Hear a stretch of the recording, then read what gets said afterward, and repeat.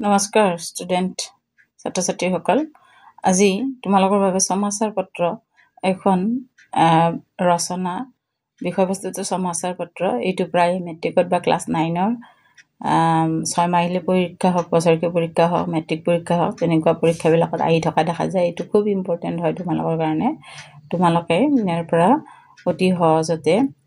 লিখিলে মুখস্থ কৰিব পাৰিবা আৰু আয়ত্ত কৰিব পাৰিবা সমাচাৰ পত্ৰ মানে হৈছে বাতৰি কাকত ইয়াতে আমি পইণ্ট আউট কৰি পেলাই লিখিব লাগিব কেইটামান পইণ্ট দিব লাগিব ৰচনা লিখাৰ সাধাৰণতে সেইটো এটা নিয়মে তোমালোকে জানা প্ৰস্তাৱনাত মই অতি চমুকৈ লিখিছোঁ ৰচনাখন অতি সহজকৈ তোমালোকৰ কাৰণে সুবিধা হ'ব তোমালোকে এনেকৈ লিখিব পাৰিবা প্ৰস্তাৱনা মানে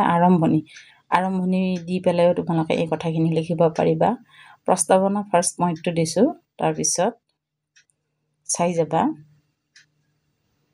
প্ৰস্তাৱনাৰ পিছত মই দিছোঁ সমাচাৰ পত্ৰকাজন মানে বাতৰি কাকত কেনেদৰে আৰম্ভ হ'ল সেই বিষয়ক লৈ এটা পইণ্ট লিখিলোঁ সমাচাৰ পত্ৰৰ মানে বাতৰি কাকতৰ জন্ম আৰম্ভণি নেক্সট সমাচাৰ পত্ৰিকা প্ৰকাৰ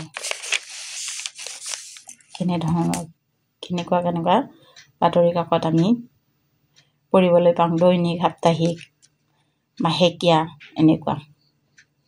তাৰপিছত নেক্সট পইণ্টটো দিছোঁ সমাচাৰ পত্ৰিকাৰ উপযোগিতা মানে ইয়াৰে উপকাৰিতা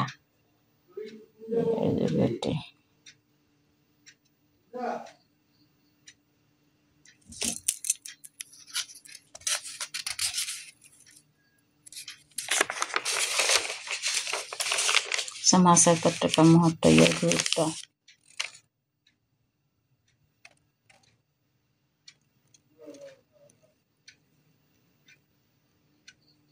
গুৰুত্ব বুলি এটা পইণ্ট ইয়াৰ প্ৰয়োজনীয়তা তোমালোকে এইটো এনেকৈও লিখিব পাৰা যে ইয়াৰ প্ৰয়োজনীয়তা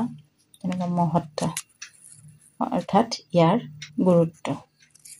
প্ৰয়োজনীয়তা বা গুৰুত্ব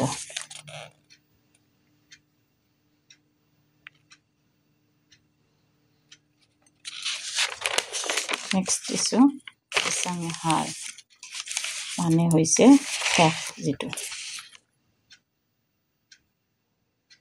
ইয়াতেও থুলমূলকৈ ইয়াৰ